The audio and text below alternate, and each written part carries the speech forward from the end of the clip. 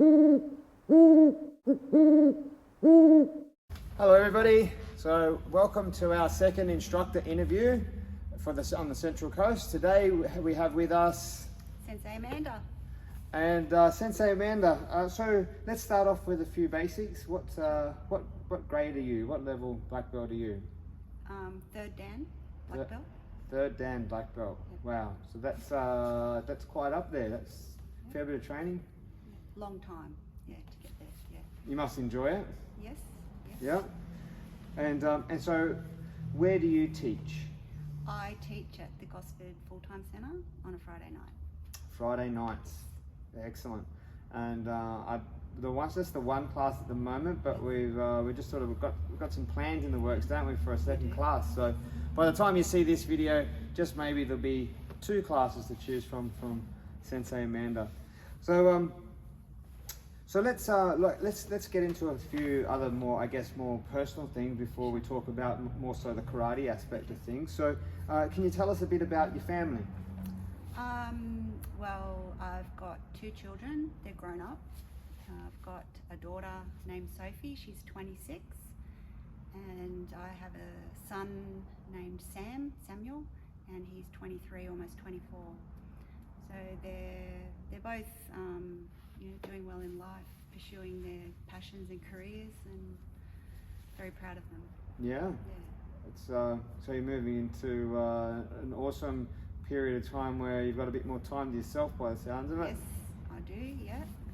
So that's enjoyable because it's very hectic raising family, as most of you would know. So, yeah. So 2 kids, did they do karate? Well, initially they both did. My daughter still does karate. She's had a few breaks. My son's more interested in other things. Yeah, but they've both done karate. Okay. Yeah. That's pretty cool. Yeah. So was there a time when the 3 of you were training together, or have you always done it separately? How did that work? So I started the kids at first. I got the kids into it. We were actually living in Sydney at the time, and I enrolled them in. It was a different karate club, and it was just a local gym, and they did about 6 classes, and I was sitting there on the sideline watching. And anyway, we moved back to the Central Coast, and I was really wanting them to get back into it because I felt like they started something and we didn't get to finish it. And so I was out driving my car one day, and I saw these people going door to door in the street, and I actually just thought, I bet they're karate people. I don't know why I thought that. Wow. I just thought, I bet they're karate people because I had been looking and I had been researching. Anyway, I thought, I've got to get home quick so that I'm at home when they come to my door. So I was, and they knocked on the door, and I just signed the 2 kids up straight away. I knew that was what they wanted, that I wanted them to do that. And I just out with it because I'd been thinking about it. Can adults do it too? Would I be able to do it too? And that's how it all came together. Sure. There you go. How did you know they were doing karate? Were they shooting the trees or the plants or something, or they just looked clean cut, and they had track pants and a top on. They were all in uniform. I just thought to myself, they look like karate people. I don't know why, but they were. Wow. Yeah. So you're like one of the dream sign-ups, not karate. Yep. You must be karate. I'm doing, yeah. Yep. Okay. I was definitely, signed them up straight away, no hesitation. Gold. Awesome. Okay, and so what about yourself? What do you do for a living? I work for GKR. Yeah. Really? Yes, yeah. Doing that, but not knocking on doors. No? Doing the student recruitment, finding people who would like to join, getting them all organised with a membership, and onboarding them to their classes, and building the initial relationship with the instructor. That's pretty cool. That's what I do for a living, yeah. Yeah. So I guess it's quite obvious that karate's had a big influence in your life, and now you're having the ability to share that with other people. Yes. And passing it forward, paying it forward. Yeah, definitely. And it's not like a job, it's more like, just sharing what you love with other people, and hoping or giving them a vehicle so that they can enjoy the same experience potentially that I've had. Yeah. Yeah. Pretty cool. Yeah, it is. Very cool. So can you tell us a bit about the defining moments that in your life? So what are some of the, I guess, standout things that have happened, or maybe changed course in your journey through life? And maybe that could be lessons, could be, I don't know. What are some defining moments for you? When you say defining moments, I think of two things. Having my children was a defining moment for me.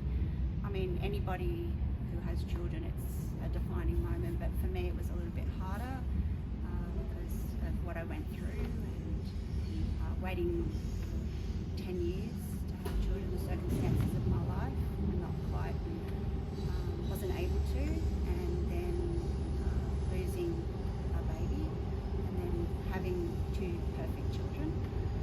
Well, perfect as in they were perfect to me at the time. So that was a defining moment for me, because it taught me that if there is something that you really want in life, and it means a great deal to you, that no matter how difficult things are, that you can overcome those things and eventually get to where you want to be, even though the odds are stacked against you. And I would say the other defining moment would be getting my black belt, because I was probably the least likely person in the class to get a black belt. Very shy, quiet person. If you met me before I did karate, you would not have believed that I would have been the one to get a black belt.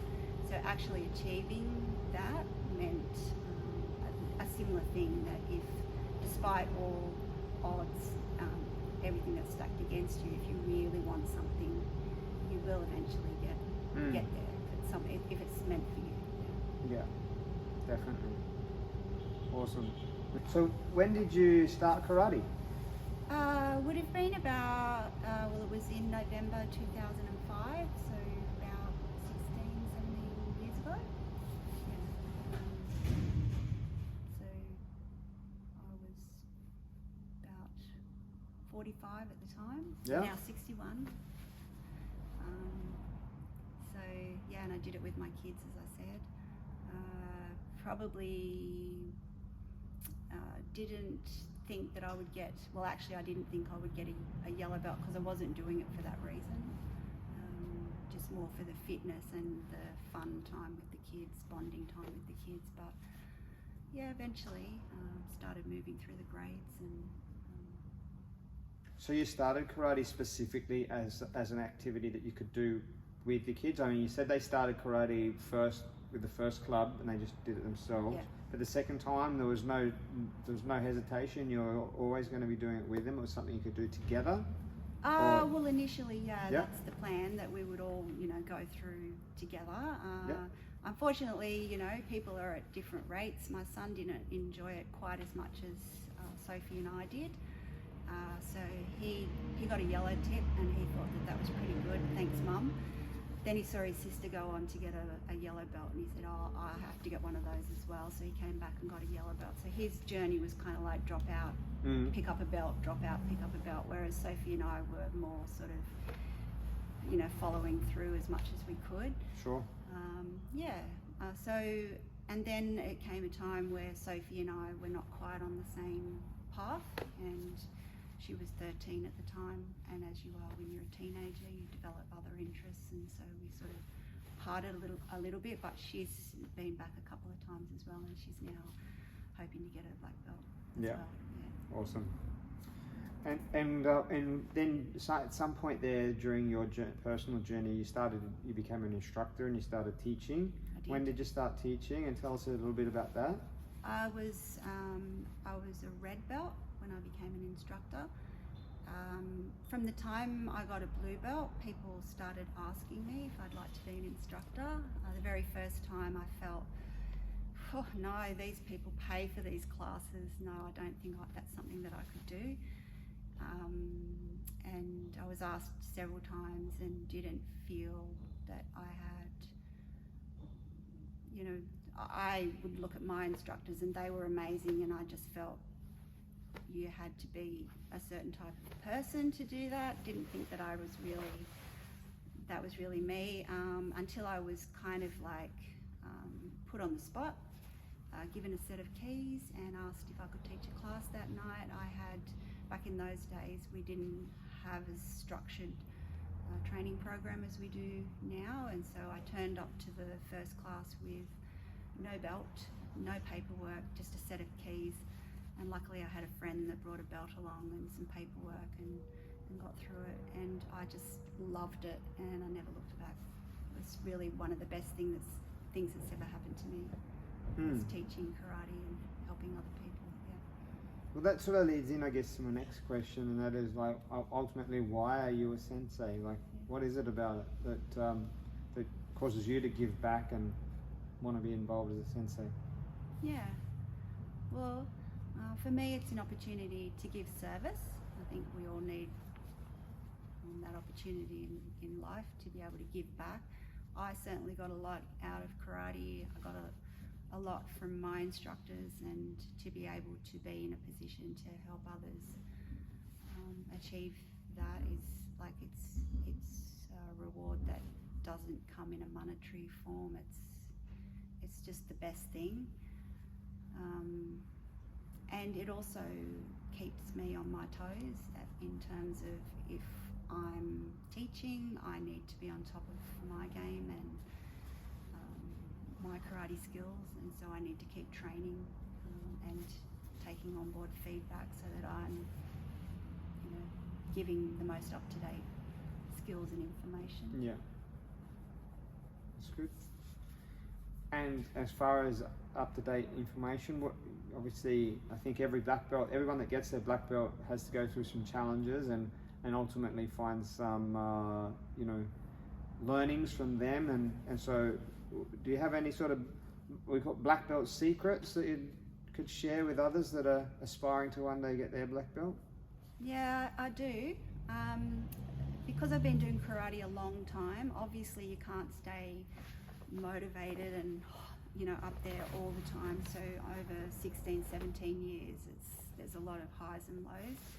So for me, it's my secret is consistency and discipline, because and I applied it in the first instance, getting my black belt. Like it was a goal that I had, so I committed to it. So every time karate night rolled around, I didn't have to make a decision about going to karate because the decision had already been made. It's like when you go to the doctor or the dentist and you put the appointment in your diary, you just go because you've made an appointment. So that's how I saw it, that I wasn't constantly having to make a decision about whether to go when I didn't feel like it, because it was an appointment that I had made with myself.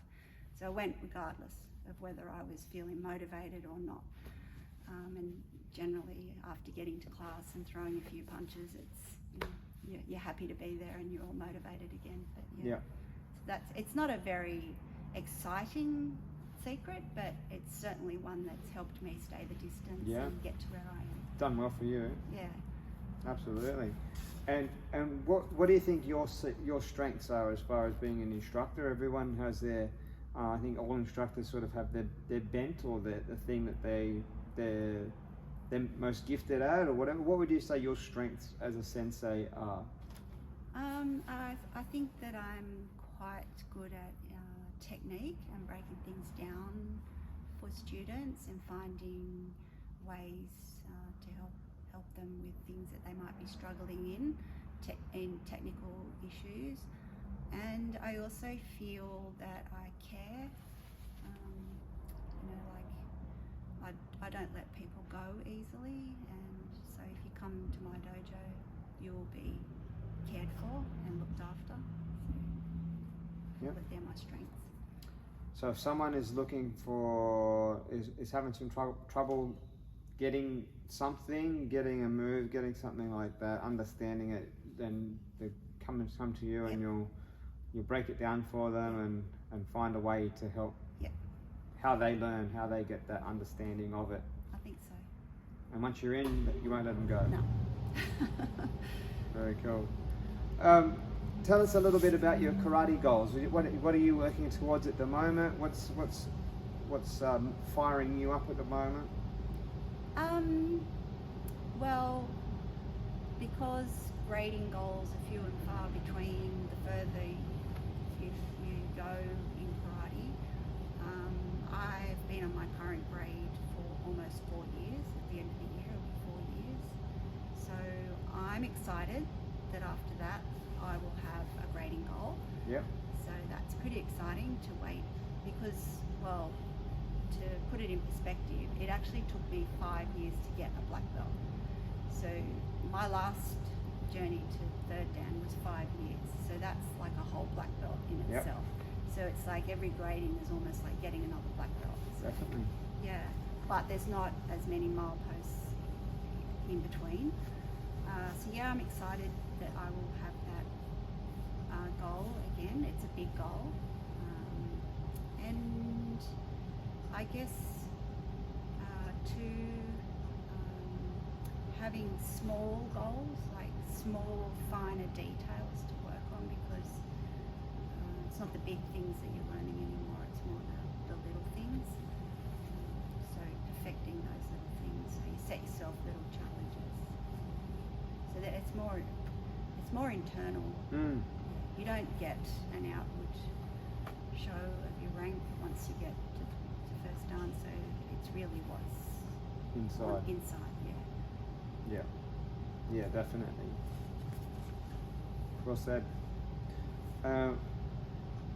And tell us a bit about what direction you see for the future of your class. So, what's where is your classes? Where are your Friday night classes going, and where do you see that progressing in the future? And yeah. what's happening with your class? Okay. Well, up until now, it's just been the one class that's catering for all grades. So we have like a 5-year-old white belt all the way up to sometimes a second dan black belt training there.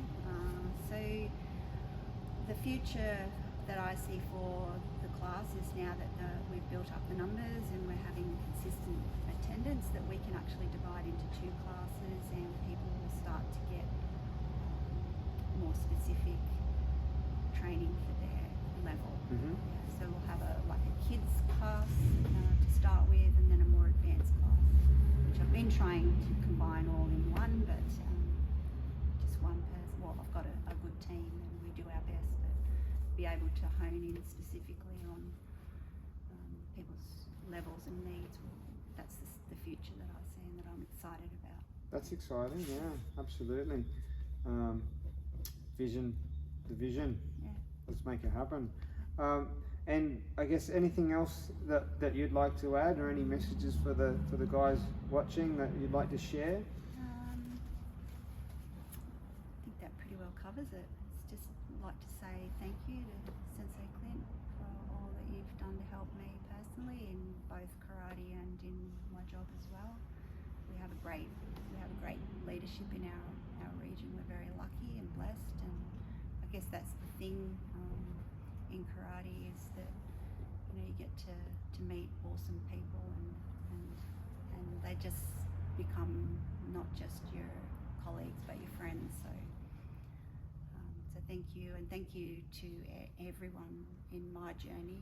That you know who you are, that you've all played a part in helping me, and I value that. Yeah. Definitely.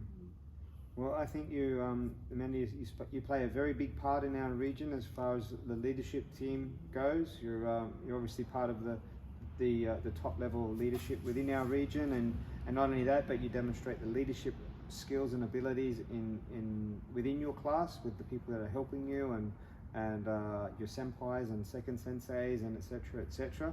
And I think that if anyone is looking for a good class where you'll get some really good training from not just what I class as an instructor, but from coach level. So it's not just about providing a class plan and counting the numbers, but it's about finding a training program that will fit the individual and give them a specific training that will help them achieve their goals and move them in the direction that they're moving forward. So if that's something that you're looking for, Friday nights at Gosford, get along, see Sensei Amanda, and I promise you, you'll be happy you did. Thanks for joining us today. Thanks. I know that speaking in front of a camera is probably not your most enjoyable task, but nice work. Thanks. Thanks for everything. We'll see you soon.